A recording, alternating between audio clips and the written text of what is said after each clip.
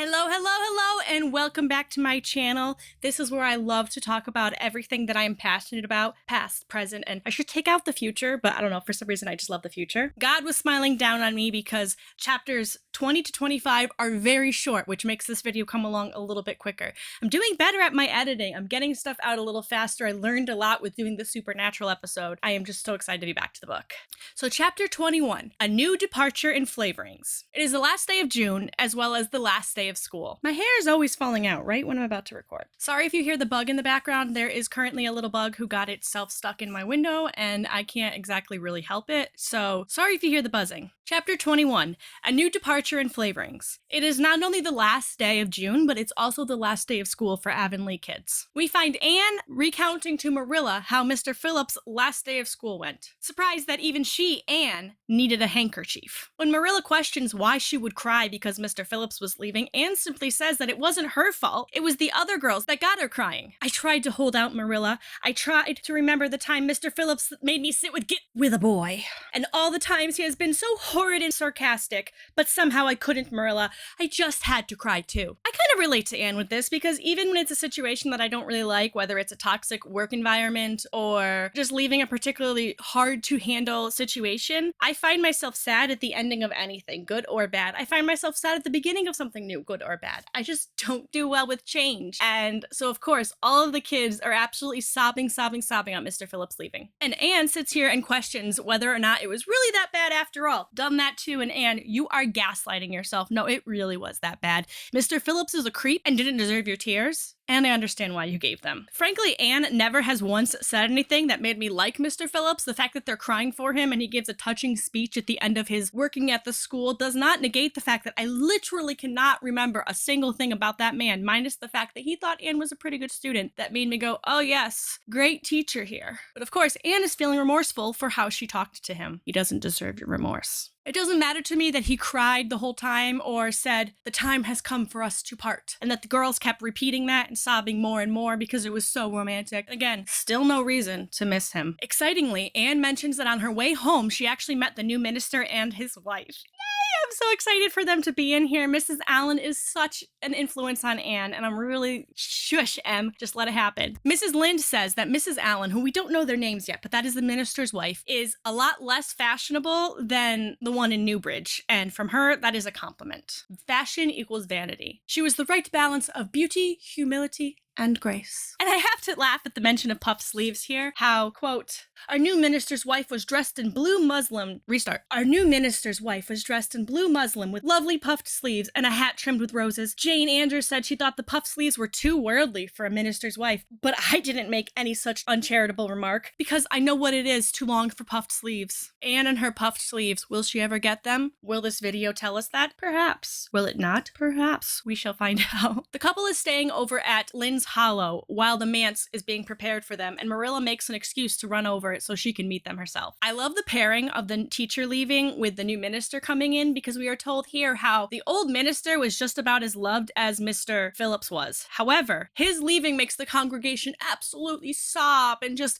people had known him for 18 years. So for them, it's their old comfort. It's the devil they know kind of thing. It is mentioned to us that Anne was actually, of course, a vocal member of the selection process, went to church with Matthew Marilla and listened to every sermon and remarked just as so. And this one that they chose might not be perfect, but as Mrs. Lynde says, he isn't perfect, but she supposes we couldn't expect a perfect minister for $750 a year. And anyhow, his theology is sound. Frankly, I think what would make a perfect minister is exactly what Mr. Allen is lacking that makes him so great. But I digress. Avonlea absolutely adores Mrs. Allen, especially Anne, who, quote, with Mrs. Allen, Anne fell promptly and wholeheartedly in love. She had discovered another kindred spirit. Of course, Mrs. Allen is the new Sunday school teacher, and she tells the students she didn't think it was fair for the teacher to ask all the questions, which, of course, to Anne was something that she always wanted in a teacher in Sunday school, to be able to ask the questions, and she has absolutely plenty of them. Anne says to Marilla, I'm good at asking questions, Marilla. I believe you, was Marilla's emphatic comment. Nobody else asked any except Ruby Gillis, and she asked if there was to be a Sunday school picnic this summer. I didn't think it was a very proper question to ask because it didn't have any connection with the lesson. The lesson was about Daniel in the Lion's Den.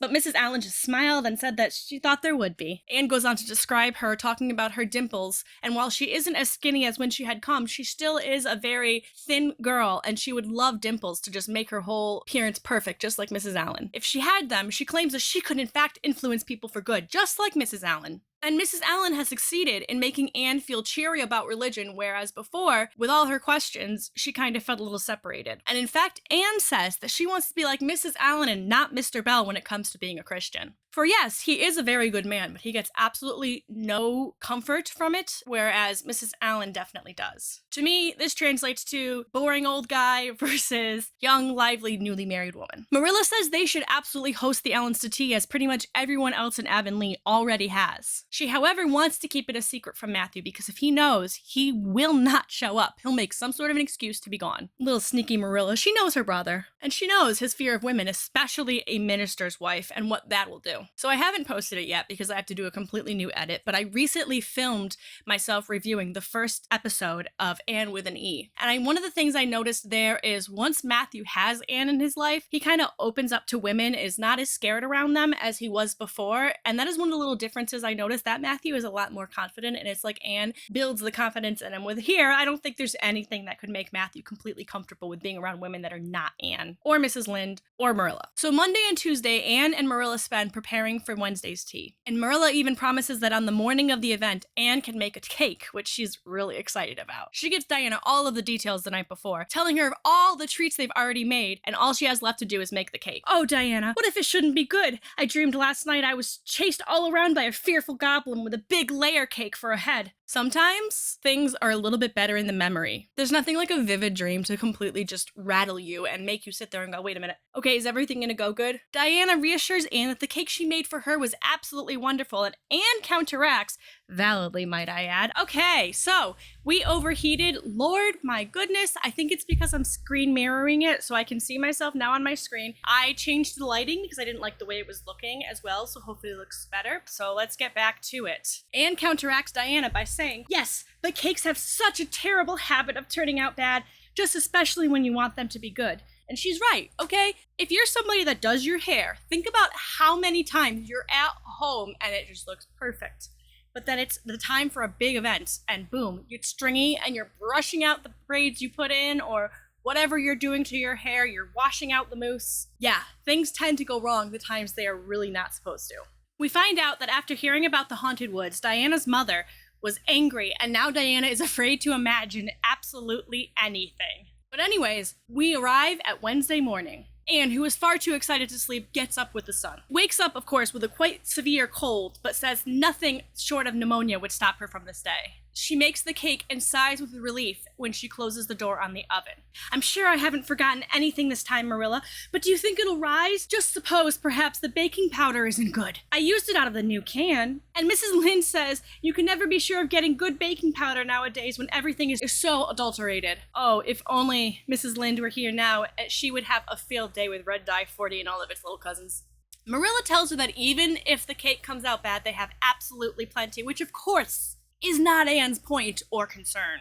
Practicality versus imagination. And luckily, the cake comes out beautiful. Anne is so excited, she tells Marilla she has to use the absolute best tea set they have and asks if she could put ferns and flowers on the table. Now, Marilla says absolutely not, we don't need anything so frivolous. But when Anne mentions that Mrs. Barry had decorated her table and that Mr. Allen commented on it, of course Marilla's response is, as long as there's room for dishes and food, she doesn't mind.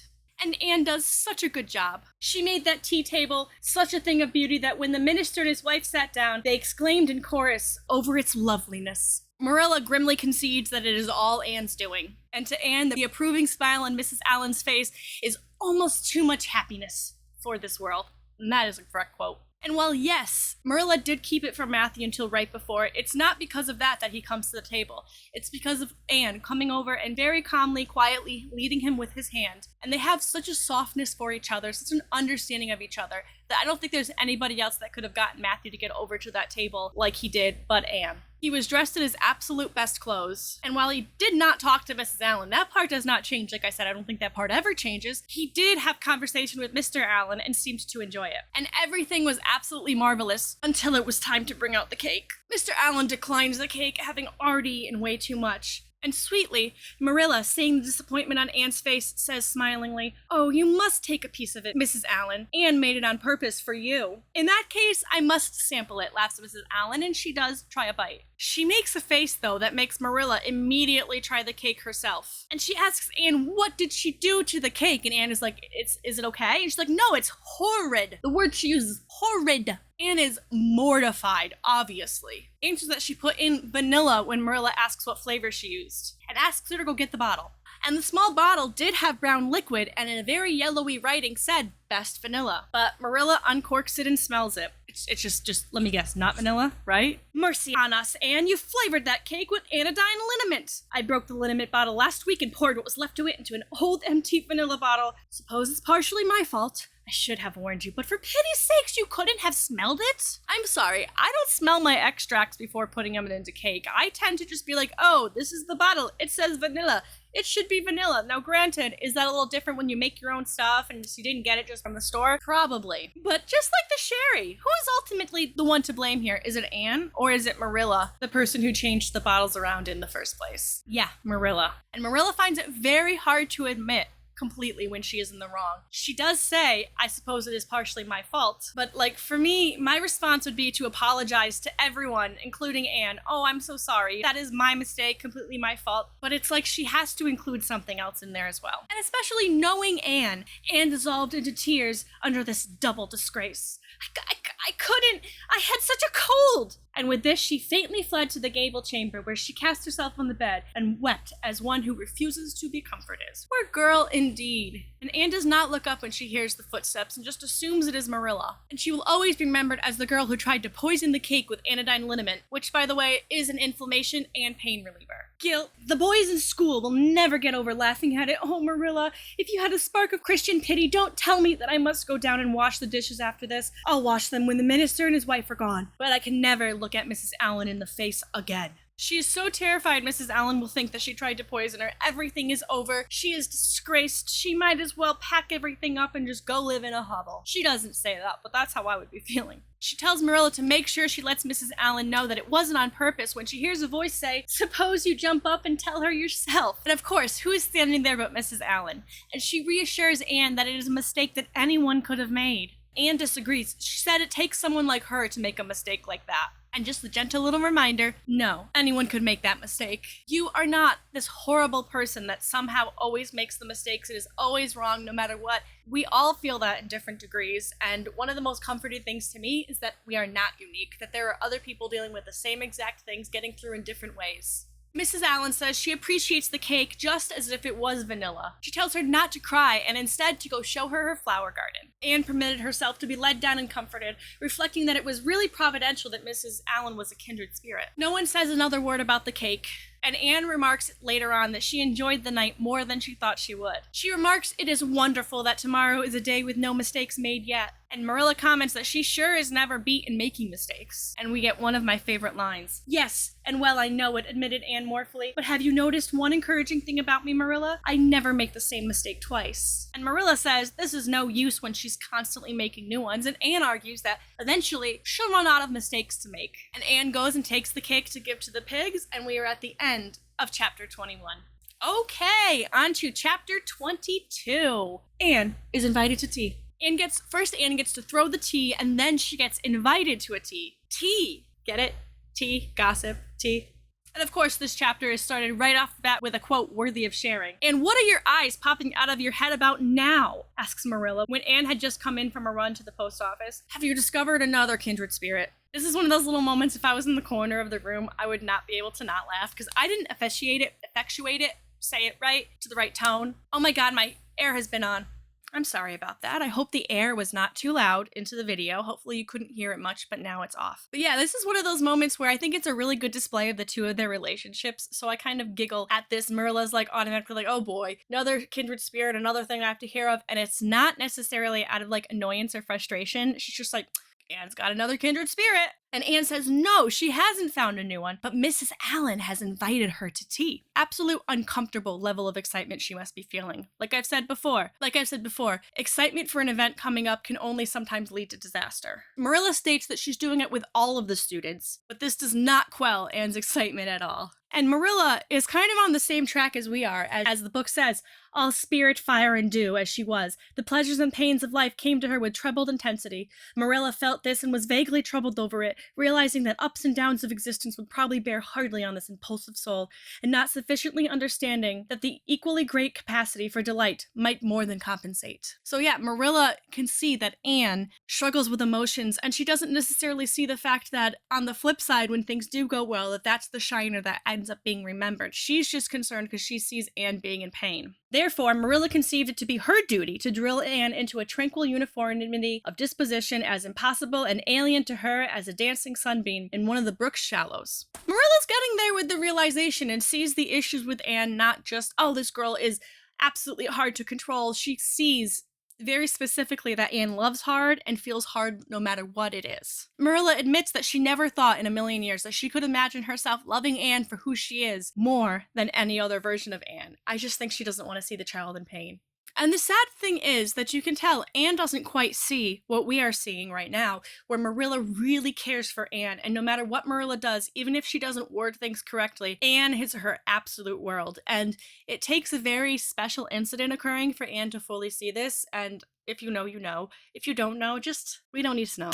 You don't want to know. You will know. You'll find out. And Marilla's point, like I said, is one that I've brought up time and time again with Anne, so I absolutely agree with her, minus a few little Marilla ways that, she phrases things or comes to the conclusions because of her own experience. Anne gets far too excited and has to learn the bitterness of disappointment. And we are right away given another example of this when Matthew tells Anne that it might rain tomorrow, and the fact that her tea might not be on makes Anne distraught for the whole night. This is one of those, I feel so guilty because it's like, oh, this is me. But it's like, yeah, this one is definitely one that I know a lot of us struggle with. Everything is falling apart. Oh my god, it's not going to be good. And then everything is great. And you seem to always forget those little things. But when she wakes up in the morning, she sees that Matthew is wrong and the sun is shining and it is not raining at all. Anne goes from absolutely distraught all night, barely sleeping, struggling, wondering if morning would ever come, to absolutely elated really quickly. You don't know how good I feel. Wouldn't it be nice if it could last? I believe I could be a model child if it was just to be invited out to tea every day. But oh, Marilla,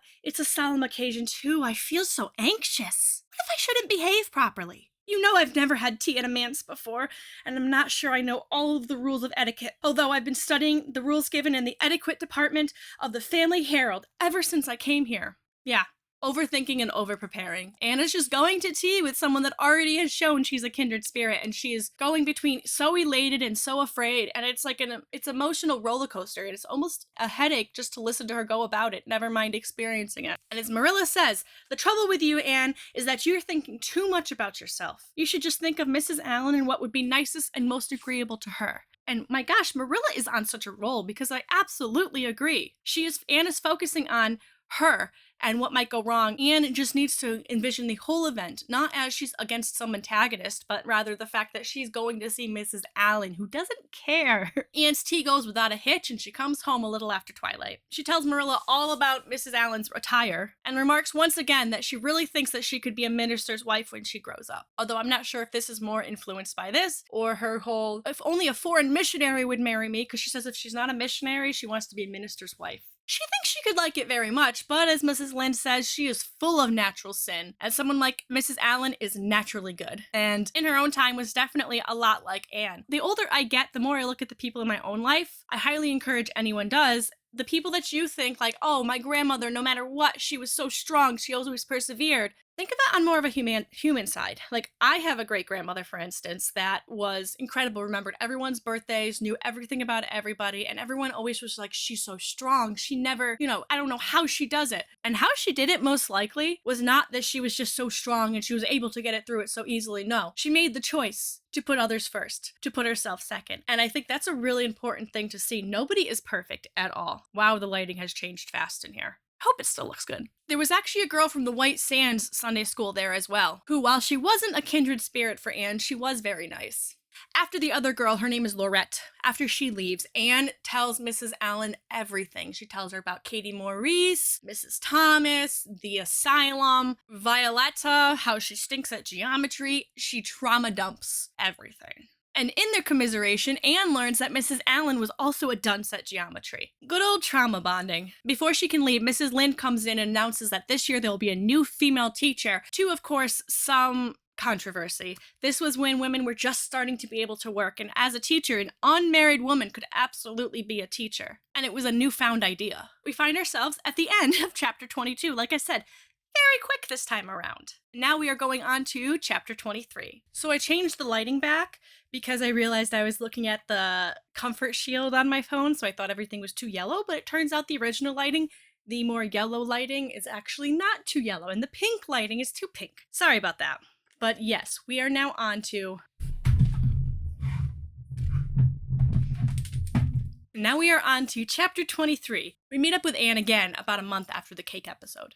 It's been a while, so we're told by the story that it is about time that Anne made another mistake. About a week after she had the tea with Mrs. Allen, Diana gave a party, and she was invited as well as a lot of girls from Avonlea. And the party is going smoothly, absolutely wonderfully, until they start to get a little bored and go out to the garden and start daring each other.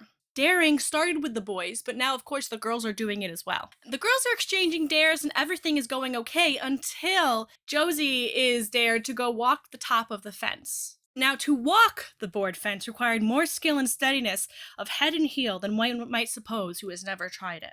And little does Anne know that Josie has an absolute natural-born gift for doing so. So when she does so without any hitch, Anne, of course, is a little bit jealous, causing her to toss her braids and to say, "I just don't think it's a very wonderful thing to walk a little, low, board fence," she said. "I knew a girl in Marysville who could walk the ridgepole of a roof." Okay, Anne. With the amount that Anne likes to be like Icarus, you'd think she'd be familiar with the story, as it is very poetical. And if you're not familiar with the story, is a Greek mythological character who... Josie denies what Anne says and says even she couldn't walk the ridgepole. And of course, when she dares Anne to do so, Anne doesn't hesitate. She absolutely takes up the dare right away. And yeah, I think Anne is knowing she's a little bit of an Icarus right here, as she kind of gets a little bit pale. Diana begs her and begs her not to do it, not to do it.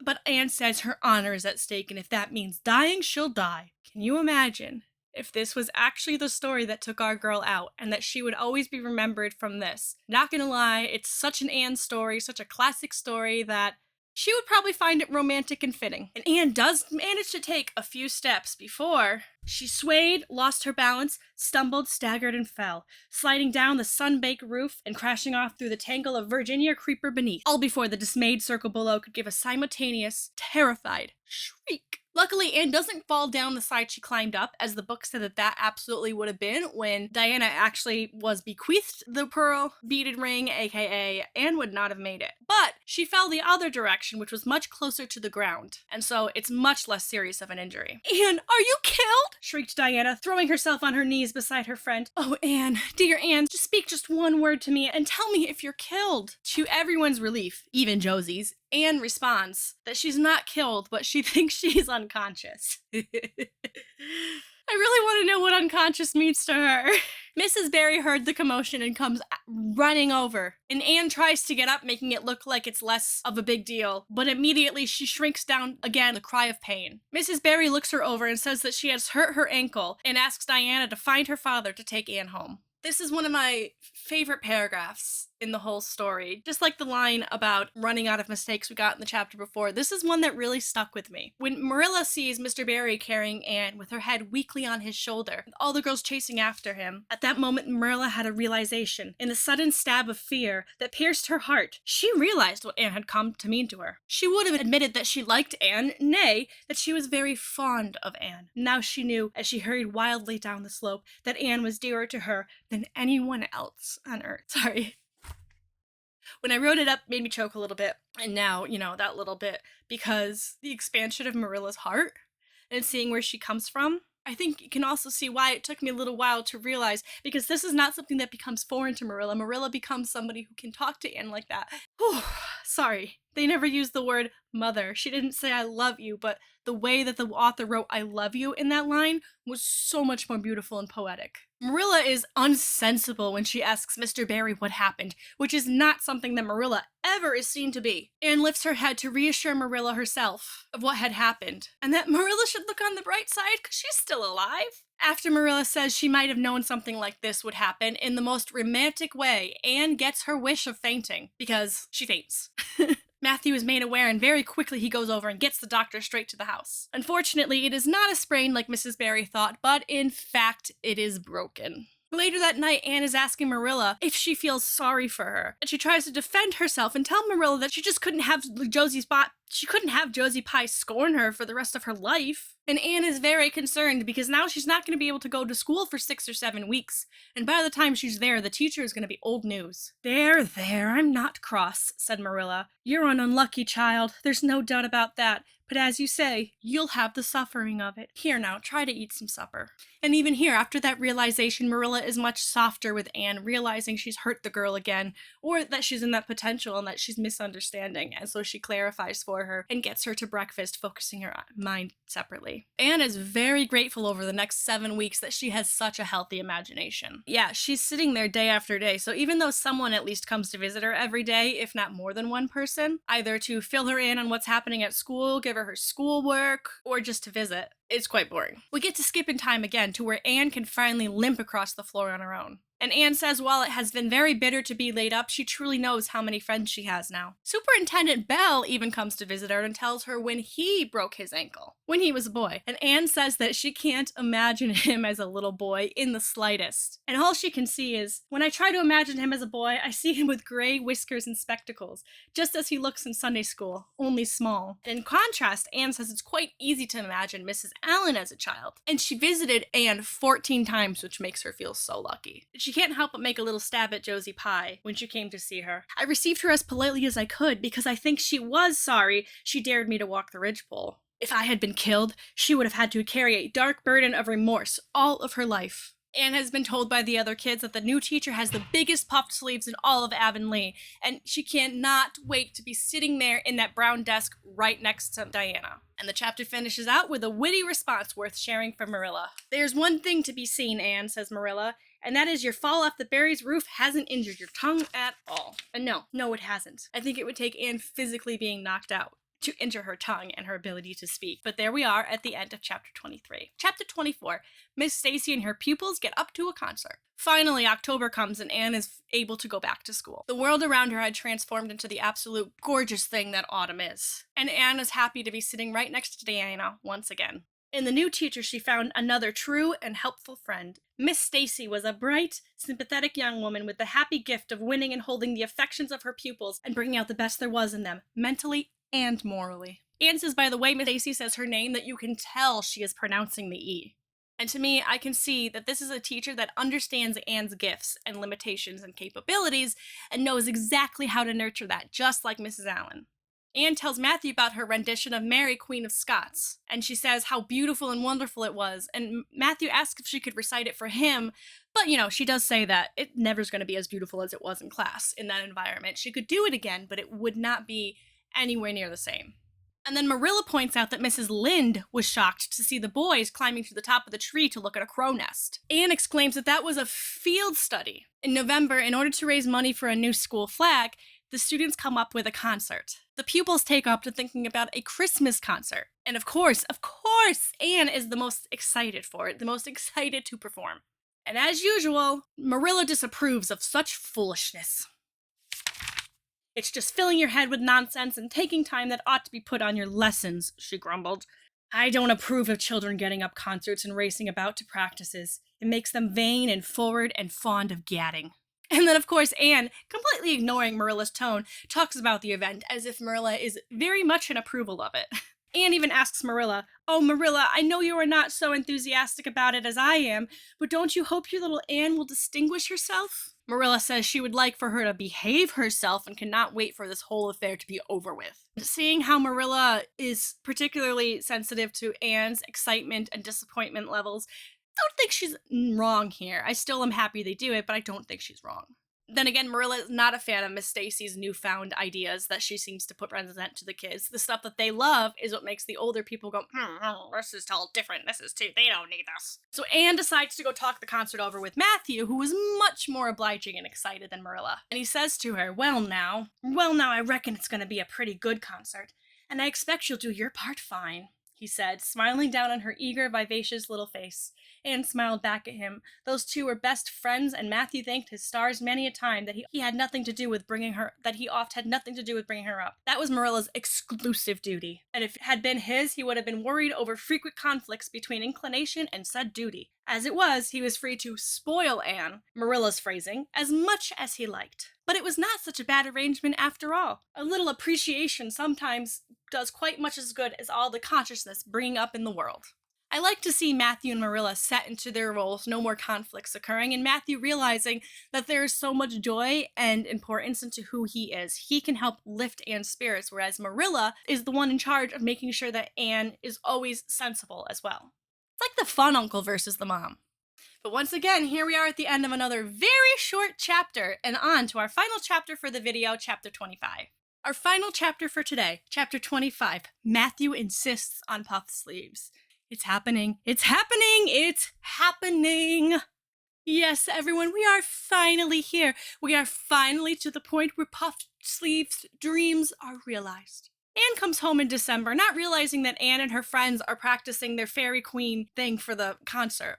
The girls don't see him, but he sees them and observes and notices something is very different from when he looks at Anne versus the other little girls. And it's bothering him. Anne had a brighter face and bigger, starrier eyes and more delicate features than the others. Even shy, unobservant Matthew had learned to take note of these things. But the differences that disturbed him did not consist of in any of these respects. Then in what did it consist? It comes to him that Anne is not dressed like the other girls. He thinks about it more, and the more he does, he realizes Marilla has always kept her in such dark dresses of the exact same pattern. He especially notices that her sleeves are very different from all the other girls, and wonders why Marilla has always kept her so plainly dressed. He knows that Marilla is raising her, but he doesn't think there's any harm in one pretty dress. So the very next day, he takes himself to Carmody to buy Anne a dress. Now, the usual shop they go to has two daughters which run the counter, and Matthew, he does not want to see a woman, so he decides to go to the one that his family doesn't usually go to,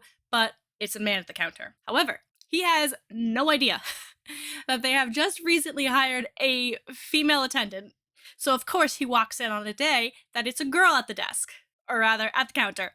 Just in general, Matthew going to buy a dress alone? Who is this? So Matthew goes inside and she says, "What can I do for you this evening, Mr. Cuthbert?" Miss Lucille Harris inquired, briskly and ingratiatingly tapping the counter with both hands. "Have you any, well, now say, have you any garden rakes?" stammers Matthew. Mrs. Harris looked somewhat surprised, as she might, to hear a man inquiring for garden rakes in the middle of December. So she goes off to see if she can find the rakes, and when she comes back, Matthew has prepared himself for another attempt, but instead asks if she has any hayseed. In December. Miss Harris had heard Matthew Cuthbert called odd. She now concluded he was entirely crazy. Poor Matthew, he just wants Anne to look pretty. She tells him they only sell it in the spring, and he starts to leave before coming back and asking for some sugar. She asks him white or brown, and he says he'll take 20 pounds of brown sugar, which is much to Marilla's dismay, as he does actually give it at this point. And she says, "I only use it for the hired help, and Jerry's not here right now. And black fruit cake. She doesn't use it, and he thought, it would come in handy." That's what he tells her, and escapes her. He then thinks about maybe I should ask Mrs. Lynde to go in for me.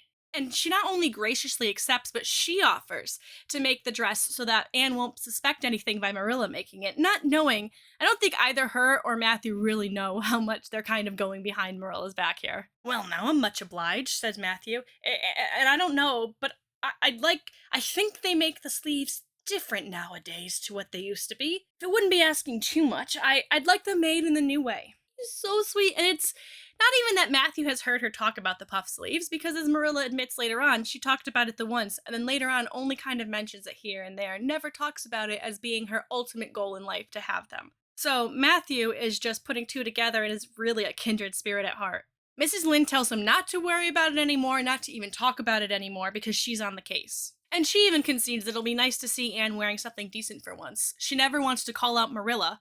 And she also admits that she knows it's much different to raise a child that you get at 11 than from babyhood, because Marilla feels as if she needs to put sensibility and good morals into Anne and make sure she unlearns certain behaviors that didn't help her. So she's never said a word, but thank God Matthew's the one on it. She'll certainly help. Sorry about the quality of audio. My microphone is outside and I'm just using my headphones. But I really wanted to come in here and kind of compare this Rachel to the Rachel we first met. You know what I mean? Like, she is admitting that Marilla knows what she's doing versus before she would have been like, well, that's not how you raise a child. That's what. Like, I guarantee you Rachel now would not even imagine suggesting Marilla do anything like hitting her with a switch or anything like that, because she knows that wouldn't work for Anne. She'd probably feel bad for Anne and be like, Marilla, why would you do that? And there's so many little moments I never pick up on when I'm actually filming, and then I pick up on later, and then I was like, oh, it's not going to be good audio, but no, I'm just letting you know that because I think this is a little, clap our hands for Rachel moment. And Marilla can tell something is off. She keeps trying to guess what is in Matthew's mind, and it isn't until Christmas Eve when Mrs. Lynde brings over the dress in the box. She, of course, doesn't trust that Mrs. Lynde took the dress only to make it herself so that Anne wouldn't see. I'm sure to her, she's going, oh, sure, you did this so that it could be made and go behind my back. She says that Anne will be just as vain as a peacock now, with those silly sleeves that seem to get bigger and bigger every year. It's Christmas morning on a beautiful white world. Merry Christmas, Marilla. Merry Christmas, Matthew. Isn't it a lovely Christmas? I'm so glad it's white. Any other kind of Christmas doesn't seem real, does it? I don't like green Christmases. They're not green, they're just nasty faded browns and grays. What makes people call them green? Why, Matthew, is this for me? Oh, Matthew! While she's talking, Matthew is unfolding the dress in front of her, and Marilla goes to fill the teapot, but watches out of the corner of her eye to see Anne's reaction. Matthew asks if she likes it and notices that she has eyes full of tears. Like it? Oh, Matthew! Anne laid the dress over a chair and clasped her hands. Matthew, it's perfectly exquisite. Oh, I can never thank you enough. Look at those sleeves. Oh, it seems to me that this must be a very happy dream. Well, let us have breakfast, says Marilla. I must say, Anne, I don't think you needed the dress, but since Matthew has gotten it for you, see that you take good care of it. There's a hair ribbon Mrs. Lynde left for you. It's brown to match the dress. Come now, sit in. I don't see how I'm going to eat breakfast, says Anne rapturously. Breakfast is so commonplace at such an exciting moment. I'd rather feast my eyes on the dress. I'm so glad puff sleeves are still fashionable. It did seem to me that I would never get over it if they went out before I had a dress with them. I've never felt so quite satisfied, you see. Anne goes on to say that this ought to make her a good girl indeed. I could just see Anne, 50 years old, going, if only I had those puffed sleeves back then. I'd like to think secretly in her heart, Marilla is just excited for Anne as she is. After breakfast, Diana appears and Anne runs to meet her outside. Anne tells Diana all about the dress Matthew had gotten for her, and Diana, in turn, presents her with a box. She says last night they got a giant box full of stuff from Miss Josephine, and because it was nighttime, even though she doesn't believe in imagining anymore, Diana did not want to go through the haunted woods, so she came right over with it in the morning. Anne opened the box and peeped in. First, a card with, for the Anne girl and Merry Christmas written on it, and then a pair of the daintiest little kid slippers with beaded toes and satin bows and glistening buckles. And Diana says it's perfect for her. She doesn't have to borrow ruby slippers, which are way too big for her anymore for the performance tonight. The little concert occurs that afternoon, and it was an absolute great success. And of course, our Anne is the shining star. She explains that they even made as much as $10 for the flag. And Mr. Allen was even gonna tell the Charlottetown papers. She can't wait to see her and Diana's names in print. Since it's Christmas, I am gonna read this paragraph instead of summarizing once again. Oh, I was so nervous, Diana. When Mr. Allen called my name, I really cannot tell how I ever got up on that platform. I felt as if a million eyes were looking at me and through me, and for one dreaded moment I was sure I couldn't begin at all. Then I thought of the lovely puffed sleeves and took courage. I knew that I must live up to those sleeves, Diana. So I started in, and my voice seemed to be coming from ever so far away. I just felt like a parrot.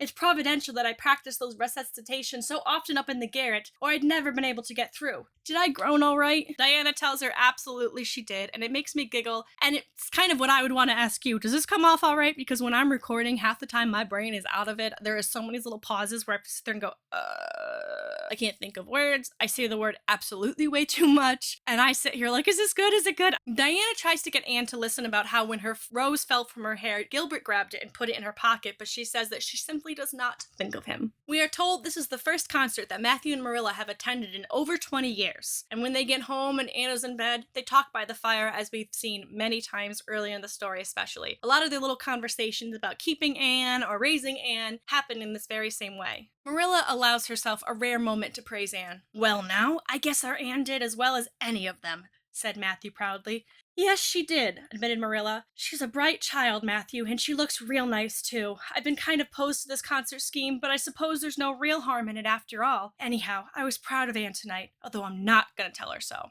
"Well, now, I was proud of her and I did tell her so, for she went upstairs," says Matthew. "We must see what we can do for her some of these days, Marilla. I guess she'll need something more than Avonlea school by and by." I wish Marilla would share with her, just like Matthew does, how proud he is of her, and I know it's not in her nature. We never know how much time we have on this earth, and I'm just so glad that Matthew makes sure Anne knows that their connection goes both ways, and luckily Marilla has enough time that she can remedy that one day, but we never know what time we have. Marilla says Anne's only gonna be 13 in March, so there's plenty of time to think about it, and Matthew says this is the kind of thing that it does best to bring up here and there, just to kind of talk about. And it's just so sweet that they're sitting here saying that she's a bright girl and that she is going to need more education and that they're going to pay for it and do their best to have her see it. They've both just fully embraced that Anne is the shining light of their life. But yes, here we are at the end of chapter 25, a little bit quicker of a video for you. You know, when I think of Anne, I think of her as a little girl. When I explain Anne as a little girl often, but we really don't get that for that long. She's already going to be 13 soon, and little girls grow up a lot faster than they do these days back then. We get to savor it for a little bit longer, as she is only 13 at this point, but soon she will need secondary school. That is the end of the chapter. Thank you so much for watching. Make sure to like and subscribe so that I know you're there, so I know you're excited so you don't miss anything. But I'll see you in the next video. Stay safe, stay true to yourself, and have a great day. Bye!